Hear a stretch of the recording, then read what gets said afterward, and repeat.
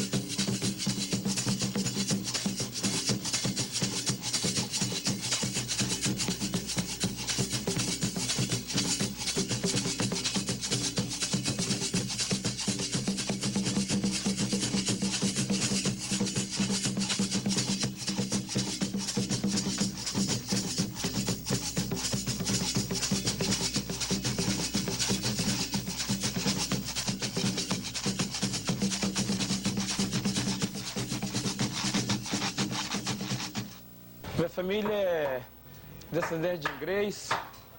A gente pesca, compra, sabe? Família mexe com artesanato também. O artesanato ajuda muito na pesca.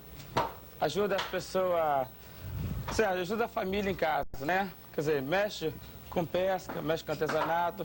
Enquanto os pescadores estão pescando, as mulheres estão fazendo artesanato em casa, né? Quer dizer, uma coisa ajuda a outra. Tá certo? Quer dizer, a gente vive disso, é um trabalho honesto, artesanato é uma coisa honesta, é um troço da terra, né? Quer dizer, a gente faz aquilo que a gente gosta.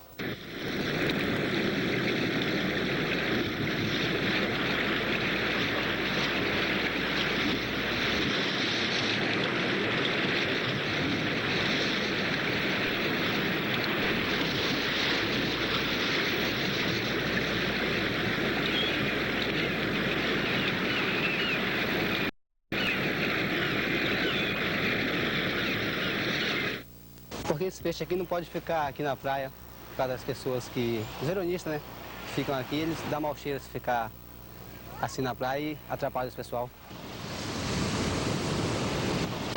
Tem dias de jogar 500, 600 quilos, tem semana de jogar faixa de 3.000 quilos toda semana.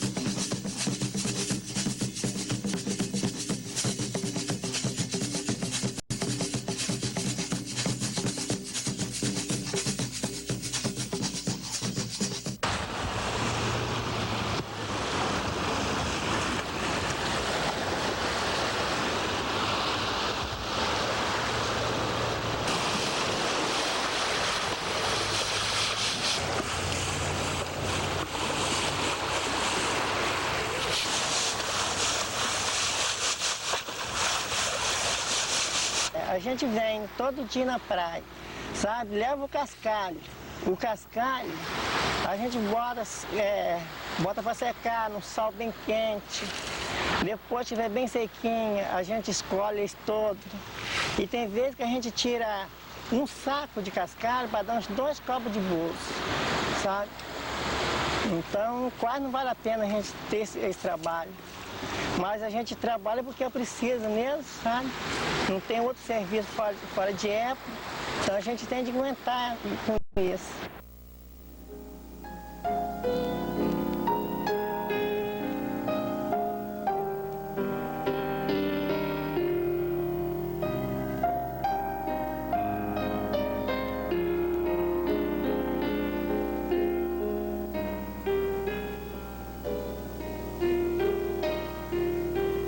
Eu vou quando tem maré, eu vou de manhã cedinho, vou de tarde, vou de manhã cedo. Vou qualquer quadro de luz, não tem lua seca, não tem cheia, vou minguante, vou crescente, vou nova. Tudo eu vou. Quando eu venho da praia, aí eu pego os buzinhos, corto, furo. Aí depois eu faço colar, né? Aí faço colar. Mas não trabalho muito não, porque eu quase não enxergo também, né? Aí quem ajuda a fazer é a menina. A menina que ajuda a fazer. Depois de feito, bota sabão em pó na água sanitária. Aí vendo pra fora. Vendo a 30 mil a dúzia. Aí tem vezes que eu também levo alguns para vender, né? Quando dá tempo de eu ir, eu levo. Quando não dá, porque o nalho está muito caro. A gente cata um copo de búzio, não dá prejuízo, né? Então a gente vai tirar o búzio para quebrar o galho, porque não tem outro serviço, né? Mas então a gente chega em casa, a gente precisa dar copo para furar, para cortar, porque eu não tenho tempo. Então isso tudo dá prejuízo a gente. Então a gente faz o colar para quebrar o galho, né? Mas para que dá lucro, dá não. Quem manda no fundo, malhadeira, no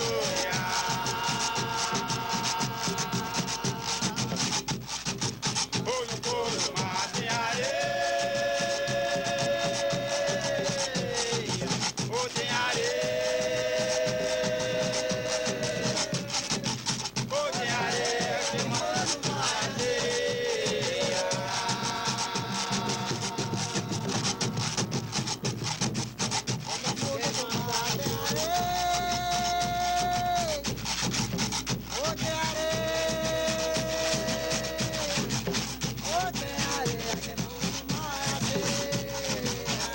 Uns 12 anos atrás, nós apanhava buzinho redondinho ali na Praia Doce. Então a gente pegava de manhã, a hora dessa, conforme a maré. Então mais tarde, a maré enchendo, não dava, né? Que os buzinhos lá, a água levava. Então nós resolvemos apanhar à noite. Aí toda noite eu ia com as crianças. Nós fazíamos um farol de bambu, botava um tocho, molhava com óleo e via no escuro. Quando chegava ali, a gente acendia e catava até 9, 9h30. A gente catava 3, 4 litros de buzinho. Ah, era tão divertido, era tão bom. As crianças divertiam, tomavam banho de noite. E eu catava a minha mãe e uma irmã minha que morreu. Nós íamos toda noite. O buzo da lama é importante para mim porque tudo que eu faço é sobre o buzo da lama. Sem o buzo, todos os colares são feitos em torno do buzo da lama. Sem o buzo da lama, eu não faço nada. Tudo, 99% dos colares que eu faço gira em torno do buzo da lama. Sendo que o buzo da lama, ele é desse jeito. Preto, ele sai pro branco. Depois do branco, ele é colorido no rosa, azul e verde. Tendo uma química para desenvolver isso, para limpar esse buzo. Esse buzo é limpo de uma maneira seguinte. Você tira ele da lama, ele sai do mangue. Saindo do mangue, ele vem para casa, é catado no mangue, vem para casa, você coloca ele para ferver na soda, depois você tirando ele da soda, você leva ele para um lugar, passa no ácido, depois que você passar ele no ácido, você passa ele novamente no fogo, do fogo você tira ele para colocar ele branco. O buzo ele é tingido da seguinte maneira: você pega o buzo, coloca ele na panela, mistura a tinta com o tintol, depois você coloca para secar. Simplesmente isso. Os moluscos que vivem no mangue, como a maioria dos invertebrados, são animais que, quando se reproduzem, liberam milhares de ovos. O artesanato não levará os moluscos à extinção. O que com certeza levará os moluscos à extinção são os aterros feitos às margens dos rios, que destroem o mangue, eliminando assim o seu habitat natural.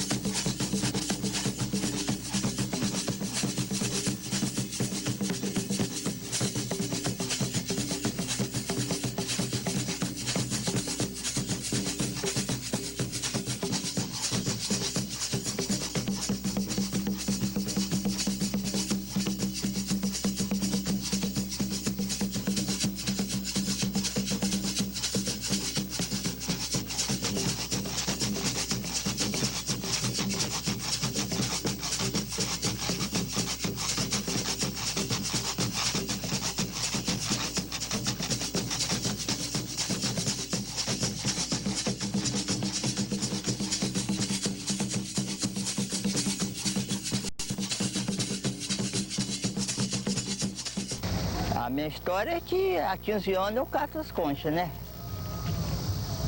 E eu, as minhas duas irmãs, a minha mãe, todos trabalhamos nessa arte, catar concha.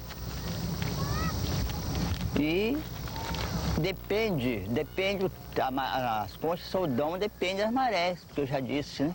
Tem marés que a gente vê e não acha nenhuma concha, agora tem marés que a gente enche, panha mesmo. Então é onde dá a renda da gente, é dependendo das conchas que dá. No Espírito Santo existe uma grande diversidade faunística, maior do que nos outros pontos da costa brasileira, porque primeiro existe uma mistura de águas.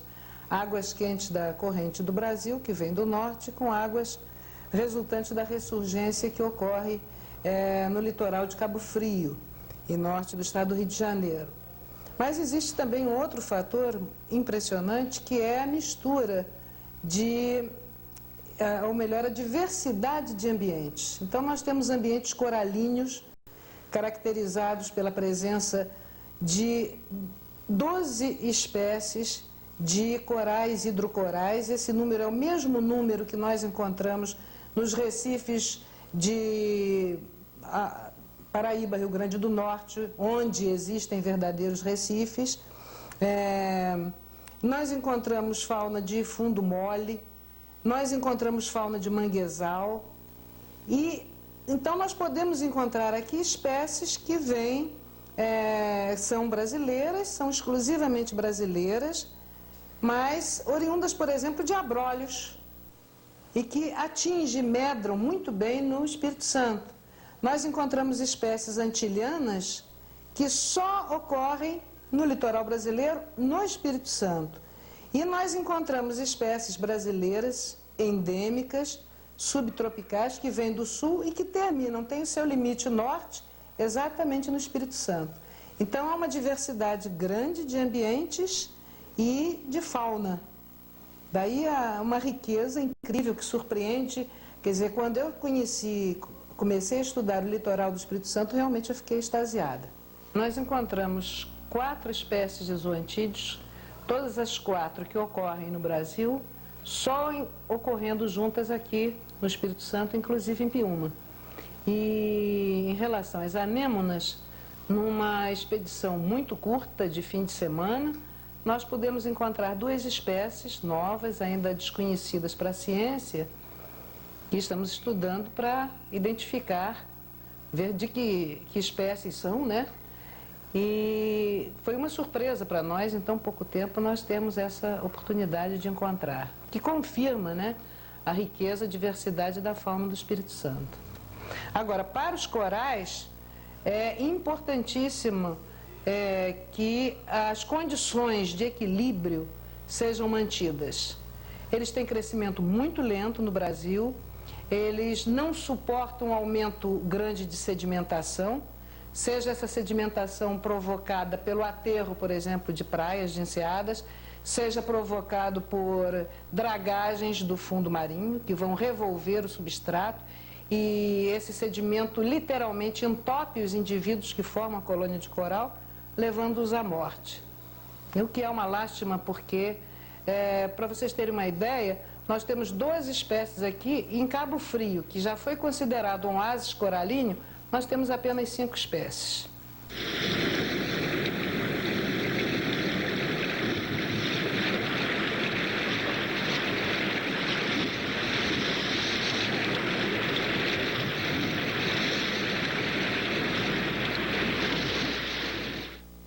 Eu acho que a concha não acaba mesmo não, porque o mar é muito rico e não dá para acabar.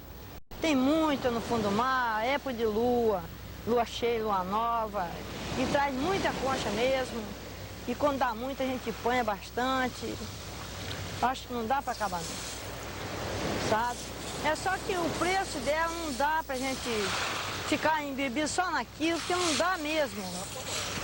É muito barato, eles pagam muito barato, mas a gente não tem outra profissão, tem que fazer aquilo mesmo. Embora barato, tem que fazer aquilo mesmo. É tirar uns 5 ou 6 litros por dia e já chega já para cobrir o meio-dia para não ficar vadiando. Porque não pode ficar à toa. Então, para a gente não estar à toa, a gente tem que andar à toa, procurar a vida, sabe? E aqui em Piúma, aqui no Portinho, dá concha, como vocês estão vendo. E em Itaputanga é abuso, mas a gente não tem capacidade para sair daqui para tirar abuso lá, então a gente tira a concha aqui na Praia do Pau Grande.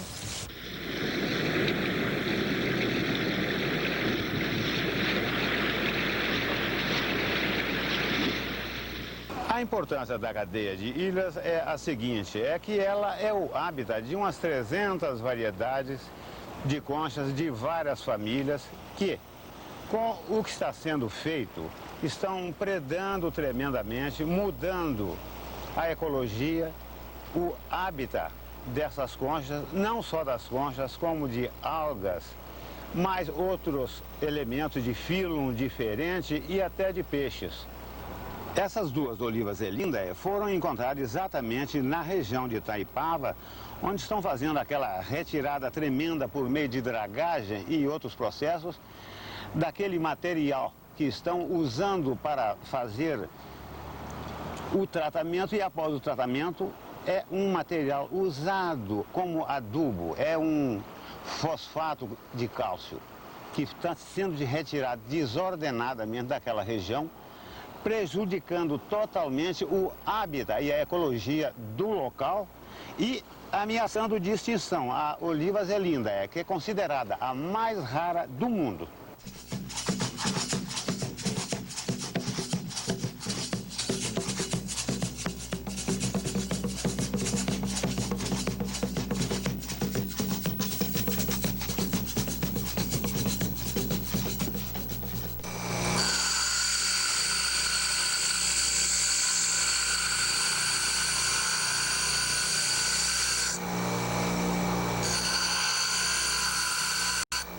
Antes eu era professor aqui na cidade de Piúma, lecionei da 1ª série até a 4ª série ginasial no ginásio Lacerda de Aguiar. Depois entrei na prefeitura como contador e passando um grande período na prefeitura, mais de 10 anos, deixando a prefeitura, fui pescar. Também não deu certo. E deparei-me com os búzios, né, com as conchas, e comecei a fazer trabalho de conchas e criando um artesanato familiar, depois acrescentando mais com os vizinhos, dando serviço para as pessoas fazerem fora, e assim estou vivendo até hoje, lutando com o artesanato. e fazendo criações também, porque a vida é difícil, tentando diminuir os custos, como esse pequeno aparelho aqui, inventado de um ventilador, né? Porque o nalho é muito caro e tinha que passar para o cordão. E colocando o anzol na ponta, firmando ele com Durapox, e então fazendo essa máquina para baratear os custos.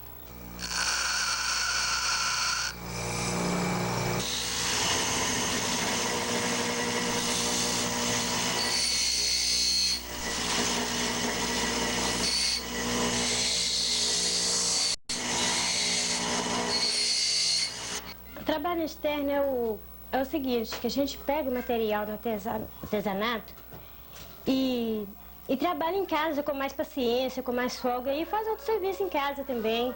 Igual, por exemplo, eu trabalho na casa de família e trabalho à tarde, a parte da tarde, com artesanato.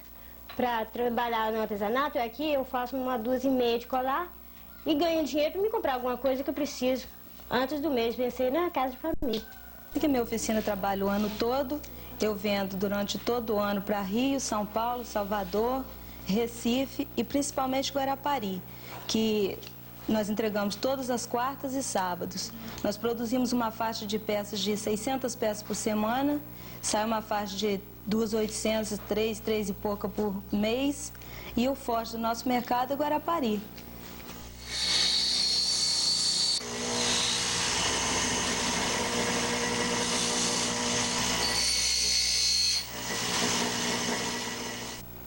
Piúma é o maior produtor de artesanato de concha do Brasil e é a segunda fonte de renda do município. Piúma, o importante também do artesanato do município é que seus filhos não saem da cidade para procurar emprego em outras capitais. Eles ficam aqui mesmo trabalhando no artesanato.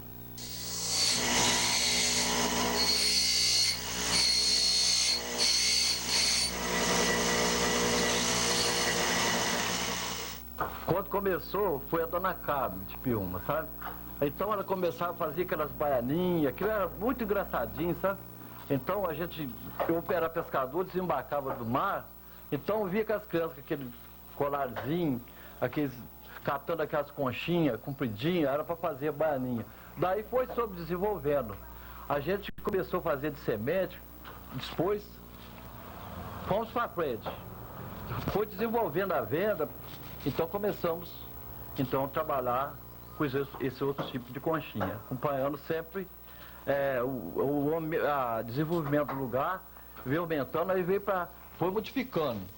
Primeiro nós fizemos desse, nós fazia muita quantidade,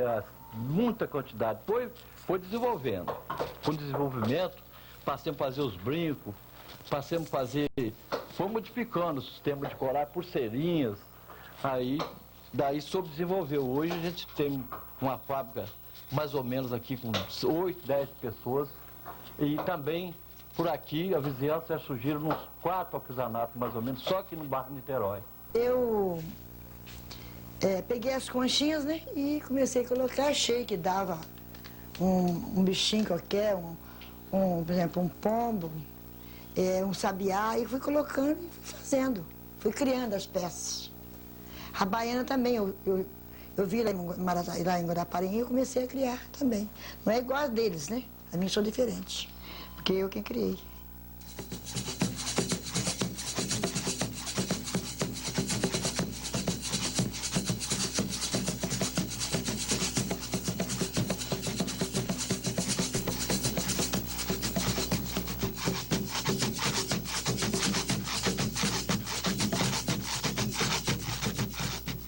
É porque ele é mais jeitoso, sempre ele pinta, porque ele é mais... Eu sou mais nervosa. Ele tem caligrafia bonita e eu gosto que ele pinta, as baianas.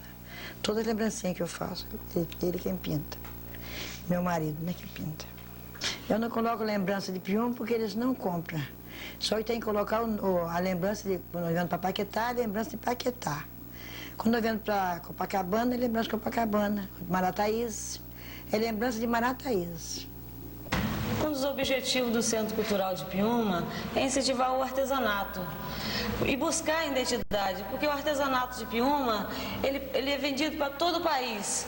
Então, ele quando sai daqui de Piúma, ele sai com outro nome, porque é isso que o Centro Cultural tem que mudar, porque a importância do trabalho do artesão no contexto social. Que dessa maneira a gente possa ser reconhecida lá fora, porque quando você compra um trabalho de uma certa região, você sabe identificar que é do Nordeste, sabe? E o artesanato de Piúma, até hoje, ele é vendido, passado lá fora, como se fosse um artesanato baiano. Então, esse trabalho, essa identificação que a gente tem que fazer, que esse reconhecimento de Piúma.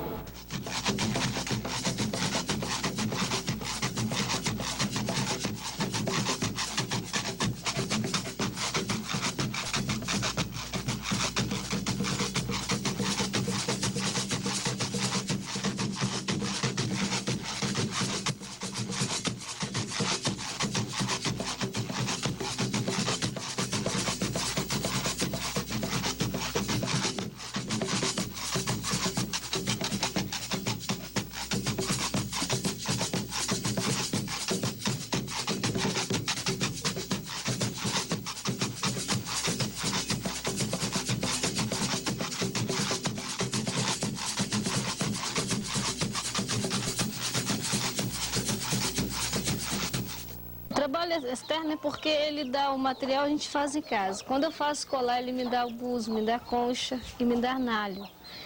E a sandália, ele só me dá o buzo, o nalho e a sola para me preparar na minha casa. Eu faço em casa porque eu não tenho condições de fazer em artesanato, porque eu tenho um filho, porque não tem ninguém que toma conta. E eu mantenho meus filhos com serviço de artesanato, com a sandália e os colar.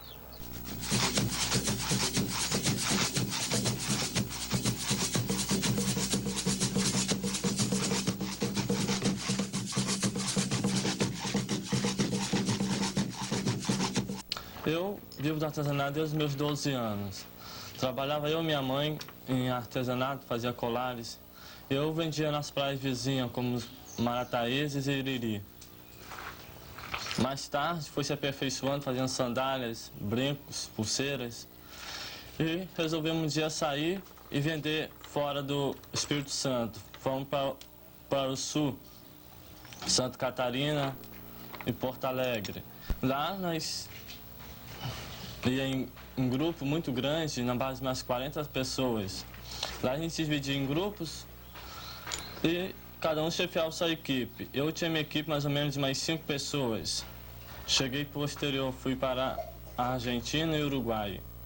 O material lá é bem aceito, bastante vendas. Inclusive, a maioria dos artesãos de Piúma vão tudo para tentar uma vida melhor. Vai querer um colarzinho? Colar? Caramujo, estrela? Eu tenho 72 anos, 19 anos que eu trabalho. Dá para viver. Não dá bem, mas dá para quebrar um galho. Os mineiros que mais compram, né? E os americanos também gostam bem.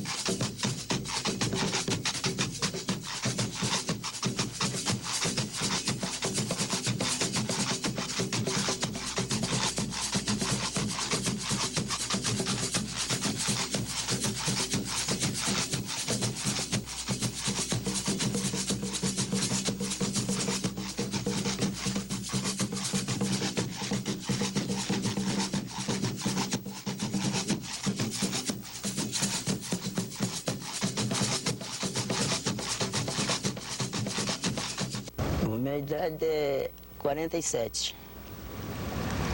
25 anos que eu trabalho nisso. A máxima que pode dar aqui, esse tanto que está aqui, é 5 pratos. Esse trabalho é muito difícil, né? Difícil e perigoso. É porque a pessoa que não sabe, o mar pode pegar na pedra e matar, né? A pessoa não tem condições, não sabe nadar, uma como eu. Eu trabalho nisso há 25 anos, mas não tenho condições eu não sei nadar. Se o mar me pegar na água, eu morro. Não tem saída pra mim. Tem que estar muito vivo com ele.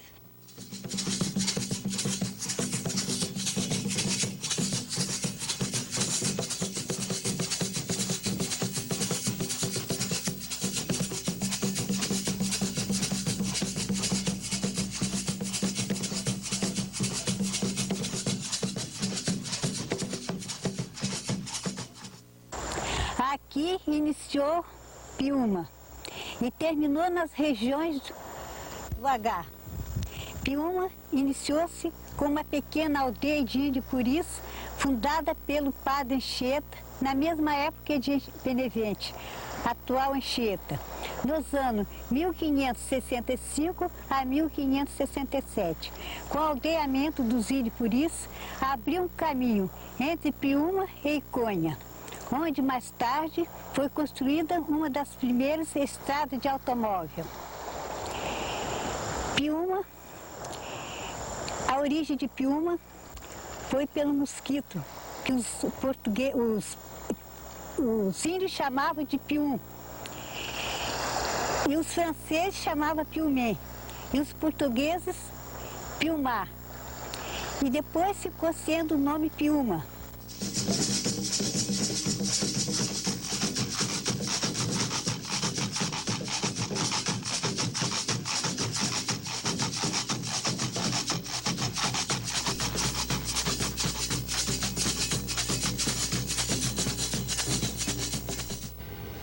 Os Thompson chegaram aqui através de um colonizador inglês que se chamava Thomas Dutton Jr. Então esse cidadão, esse súdito do Reino Unido, ele frequentava a corte de Dom Pedro II aqui no Brasil e conseguiu de Dom Pedro II umas sesmarias aqui e comprou outras de um judeu polonês, radicado também em Londres, que se chamava João Batista Rodakanak. E logo depois que conseguiu essas sesmarias, ele foi à Inglaterra e trouxe algumas famílias inglesas para cá. Os Thompson, os Taylors, os Owens, os Oakes, e Alson, e Midose e outras. E os Thompson estabeleceram aqui também, em companhia dos seus compatriotas, e a proposta dos ingleses para esta região era, aqui em Piúma, estabelecer um porto de exportação de madeira para a Europa. Isso era o fundamental da economia aqui naquela fase, isto é, o final do império do governo Pedro II. E teria também como base para tirar essas madeiras e mandar para o porto de Piúma, eles criariam uma outra cidade que chegara a lotear e para que se formasse alguns quilômetros rio acima de Iconha, com o nome de Nova Londres, com o nome de Nova Manchester. Ali seria a base da tirada de madeira e também essa madeira viria e seria exportada para a Europa através do porto de Piúma. Com a queda do Império, a Inglaterra, pelo fato de não reconhecer a República Brasileira, pelo contrário, dar apoio ao imperador, os súditos ingleses que estiveram aqui no Brasil passaram a sofrer as consequências da política inglesa com a República Brasileira.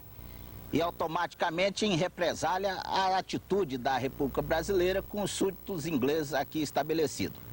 Então, dos súditos ingleses que estabeleceram aqui, foi-lhe cassado os direitos que todos os direitos que o Tratado de Amizade entre Brasil e Inglaterra daria a eles.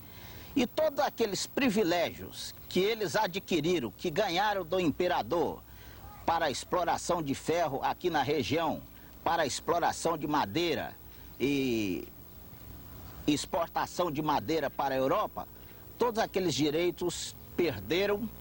E além do mais, Thomas Dutton Jr. era um grande empresário e ele empleitava estradas, construção de estradas e pontes, tanto do governo provincial quanto do governo imperial. Consequência disso, e logo que veio a República não pagou as empreitadas ainda devidas. Todos os não pagamentos dessas empreitadas devidas acarretou prejuízos irreparáveis a Tomás Dutton Júnior e a colônia acabou fracassando, a falência.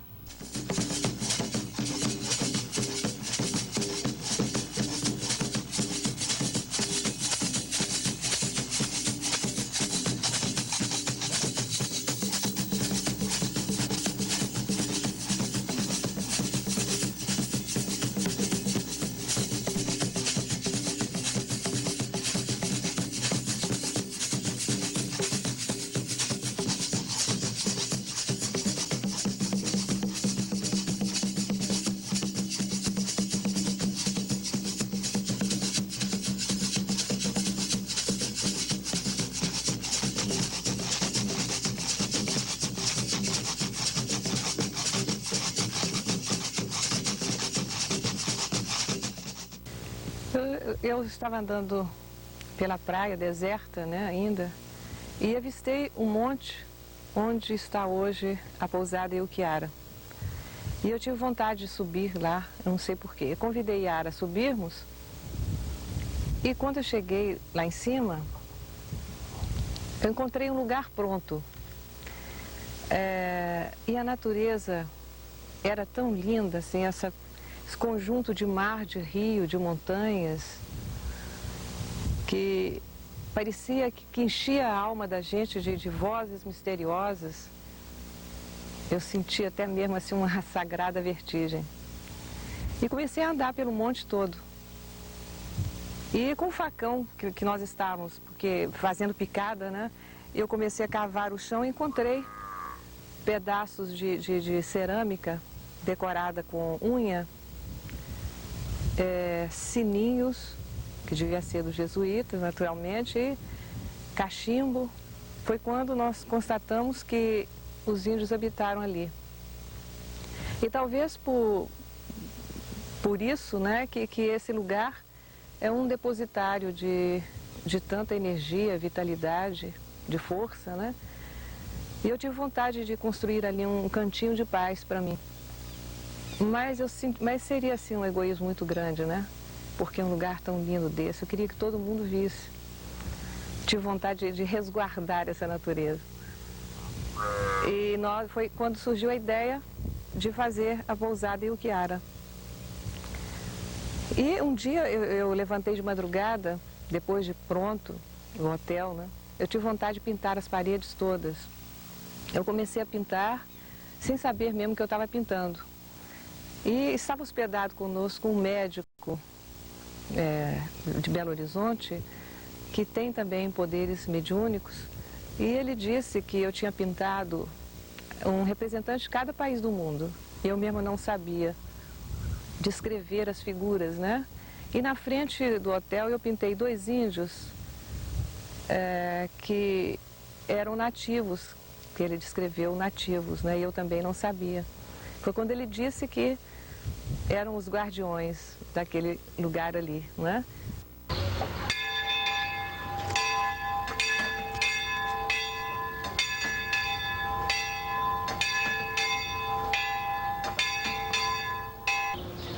No litoral capixaba, o povo vive do mar e para o mar. E aprenderam a esperar dele tudo que da vida obtém.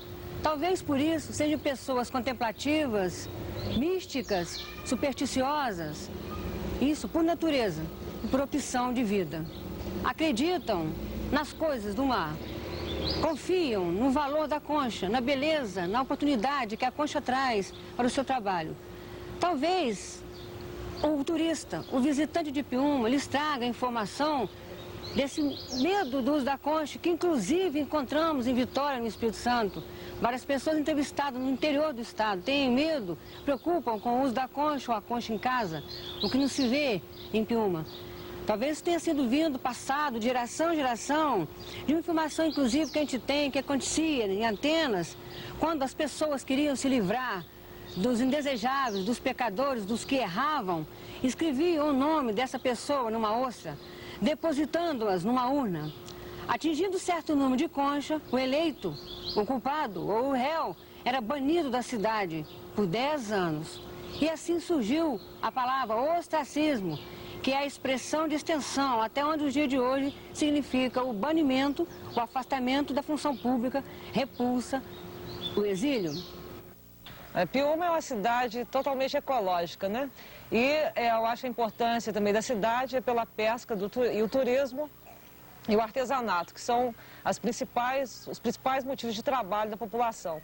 Agora, o trabalho que a gente faz no Centro Cultural é principalmente em cima da preservação do meio ambiente, do habitat, que é muito rico em fauna e flora, e pela conservação e valorização das tradições locais. Agora, o Centro Cultural, através desse trabalho que a gente tem feito, nós conseguimos já tombar as 3 ilhas e o Monte H. E estamos fazendo um trabalho também com os mangues, com os rios e com as escolas, porque eu acho que através da educação, com o primário ou menor, é que a gente vai conseguir que a população e que o povo de Piúma consiga depois preservar e os que virão para conservar tudo isso que a gente tem, que é esse manancial todo ecológico. E eu acho como prioritário, assim, que as pessoas, o mundo inteiro, tomem conhecimento que essa cidade deve ser tombada como patrimônio da humanidade. Isso é que eu acho que deve ser feito. E o Centro Cultural vai lutar até o fim para fazer com que isso aconteça, que a gente vai continuar lutando.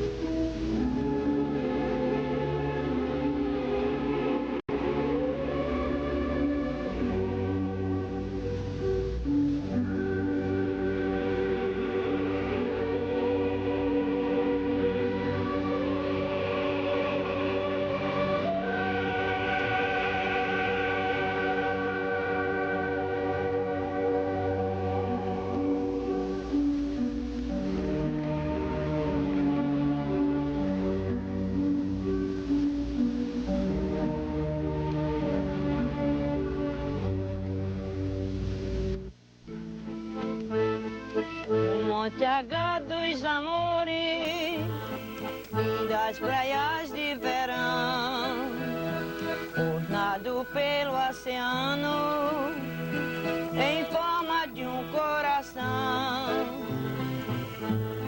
As suas ondas e festa